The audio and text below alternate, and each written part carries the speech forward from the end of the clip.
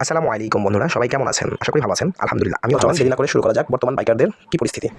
अबे जल्दी बोल, कल सुबह पनवेल निकलना है। কি আর বলবো, দুঃখের কথা, বর্তমান আমাদের বাইকারদের আর ভিক্ষুকদের একই অবস্থা।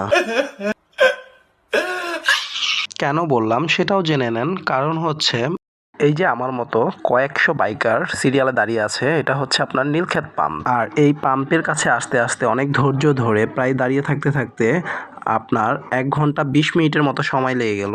দেন তারপর और अभी तो रुको, क्लाइमैक्स अभी बाकी है। যা হলো সেটার জন্য আমরা মোটেও প্রস্তুত ছিলাম না। এত কষ্ট আর ওয়েটিং এর পর যদি শুনতে হয় যে তেল শেষ হয়ে গিয়েছে, खत्म, bye bye, tata, goodbye, गया। তাহলে কি করতে ইচ্ছে করে? साले को छोड़ूंगा नहीं। তো কি আর করার, মাথা ঠান্ডা করে চিন্তা করলাম বর্তমানে তো আমরা ভিক্ষুক বাইকার।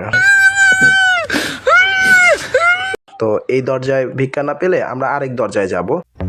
मगर क्यों? তেল চাও তাহলে ভিক্ষা চালিয়ে যাও, হার মানা যাবে না মেরে ভাই। বেরিবাদ মাহাতাব পাম্পে এসে সিরিয়াল দিয়ে, সেই বিশাল সিরিয়াল, প্রায় 200-250 জন। सब क्या देखना पड़ रहा है? अच्छा है मैं अंधा हूँ। এই পাম্পেও সেই একই অবস্থা হলো। অনেক কষ্ট করে যখন প্রায় কাছাকাছি চলে গেলাম, পাম্পের লোকেরা আওয়াজ দিচ্ছে যে ভাই কষ্ট করে আর সিরিয়াল দিবেন না, লাইনে যারা আছে তারাই তেল পাবে না, তেল শেষ হয়ে গিয়েছে। क्या ये क्या बक रहे हो मादरचोद? কি আর করার, মাথাটা তো পুরো নষ্ট হয়ে গেল, সাথে মনটাও খারাপ হয়ে গেল। কি আর করার, আমরা তো ভিখারি, ভিখারিরা তো আর ভাই মারামারি করতে পারবে না। এটা ভাবতে ভাবতে চলে যাচ্ছি বাইকের কাছে, আর ওই মুহূর্তেই पीछे देखो, पीछे पीछे तो देखो। আমাদের গ্রুপের কিছু প্রো ভাই ব্রাদার ছিল, তারা হচ্ছে ওই পাশে সেই লেভেলের ঝগড়া। তেল দিবে না কেন? দিতেই হবে।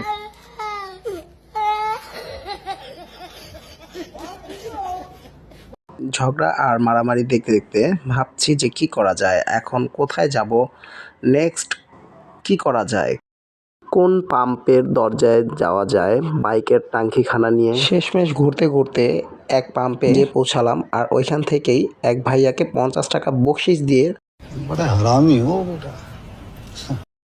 টাঙ্কিটাকে ফুল করে নিলাম। দুপুর 2টা থেকে নিয়ে সন্ধ্যা 7টা পর্যন্ত পেরেশানি করার পর অবশেষে আমি রিল্যাক্স হতে পারলাম। কারা কারা আমার মতো এই যন্ত্রণায় ভুগছেন অবশ্যই জানাবেন। আল্লাহ হাফেজ, আসসালামু আলাইকুম।